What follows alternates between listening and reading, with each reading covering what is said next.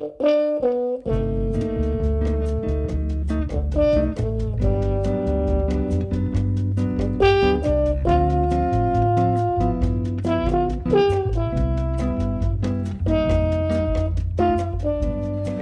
con Susan Byrne, que es profesora en la Universidad de Las Vegas, Nevada. Sí, Susan. Sí. Muchas gracias por Exacto. acompañarnos. Es un placer estar, gracias. Y quería, conversar contigo sobre tu trabajo. A mí me gusta mucho lo que haces en relación al pensamiento y la filosofía. Buscas relacionar las ideas con la literatura, ¿no? ¿Y por qué? O sea, la primera pregunta sería, ¿qué ves de sugerente en estas relaciones? Tienes razón, y creo que para mí mi primer trabajo en este sentido fue tomar cursos que tenían que ver con el desarrollo de una forma literaria, digamos un género, leer la picaresca en varias instancias y notar los cambios en la estética del texto y en el género, en el acercamiento a la misma idea, a la pobreza, cómo es y cómo presentarla. Me gusta ver la historia de las ideas en las letras, porque los autores creativos filtran estas ideas y las adaptan a su modo de ver el mundo. Y para mí esa es historia desde una perspectiva única y fascinante. Y es un laboratorio, ¿no? De creación, efectivamente, y al final con fórmulas que solamente los autores conocen en cuanto a las lecturas que ellos tienen, y puedes descubrir incluso lecturas que ellos hayan hecho, ¿no? Por ejemplo, Cervantes, y estás aquí por Cervantes porque hemos celebrado los 400 años, ¿no? De Cervantes, y hablabas ahora en el conversatorio que tuvimos sobre precisamente una relación muy puntual, fascinante también, que era la influencia del Quijote específicamente en los padres fundadores o en algunos de los padres fundadores de Norteamérica, de la Constitución, ¿no? Específicamente de la primera Constitución en Norteamérica. Sí, tienes razón, y esto vino de otro trabajo que había hecho que tenía que ver con las leyes en el Quijote. Luego, lo de las constituciones me vino porque alguien me pidió un capítulo de libro sobre constituciones, y es un hombre que trabaja, el que va armando este libro, que trabaja la combinación de derecho y letras. Entonces empecé a armar este capítulo, tuve conversaciones como siempre contigo y con otros colegas. Tengo conversaciones y esas conversaciones suelen ser muy fructíferas. Alguien me dijo algo y yo empecé a buscar más en los fundadores del país de mi país, y sucede que ellos, muchos tenían mucho interés en el Quijote. Lo citan, como acabas de escuchar, lo citan en sus cartas, se cartean comparándose a Don Quijote, a Sancho Panza, en busca de una ínsula para gobernar.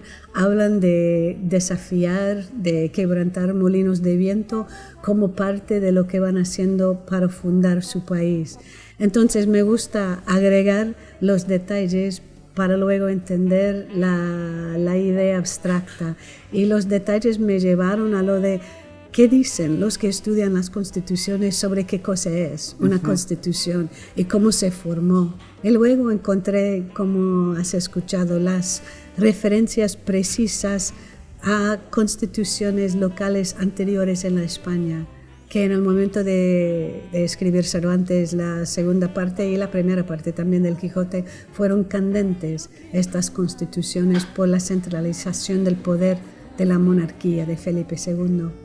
Es fascinante esas relaciones entre la literatura europea y América, ¿no? América en el sentido amplio, Norteamérica y Sudamérica, porque hay muchísimas variantes. Ahora, por ejemplo, comentábamos cómo más bien desde el Perú, que fue un virreinato muy importante, desde 1714 más bien hay un afrancesamiento, e incluso contrario, más bien es curioso, ¿no? a esa búsqueda de inspiración en la literatura española clásica en Norteamérica. O sea, esto lo digo ahora que estoy pensando, que te escucho,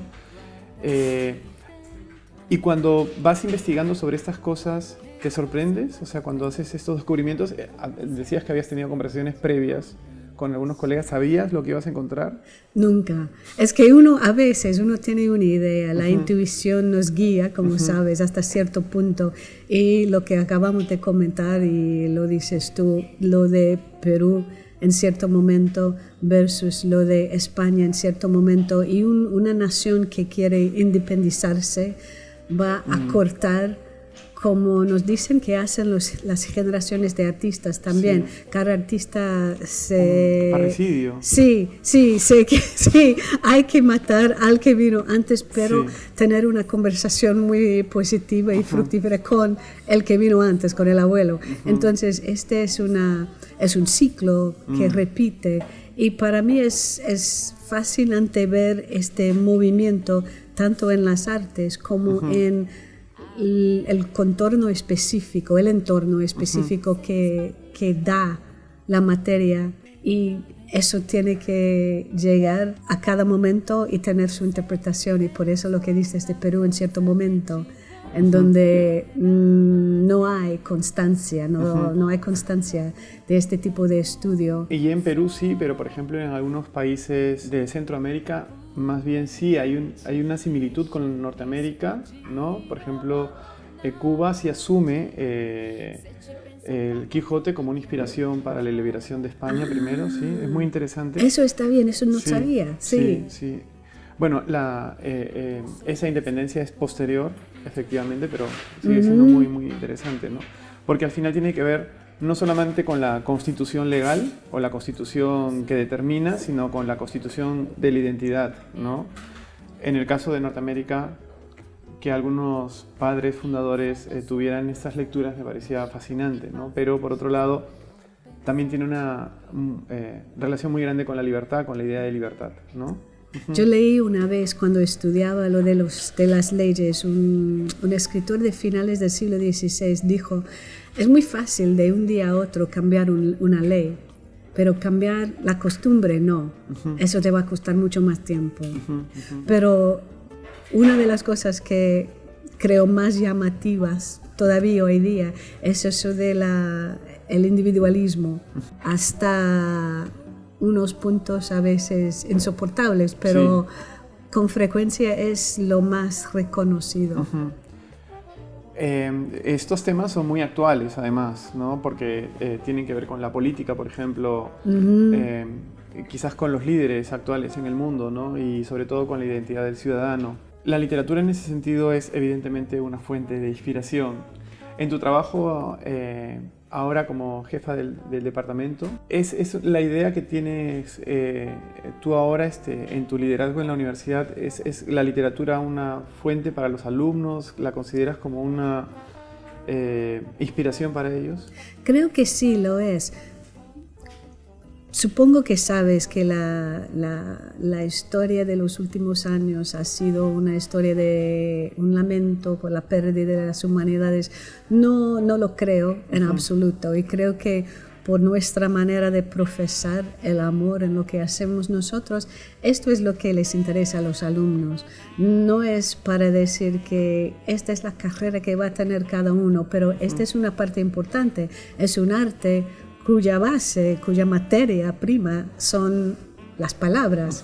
Entonces tenemos un porcentaje muy elevado de hispanos nativos, tantos que tienen interés en estudiar. Este semestre dicto un curso sobre la poesía española del siglo XVI, y hay un buen número de estudiantes en la clase y muchos interesados en leer con cuidado estos poemas y entender su entorno.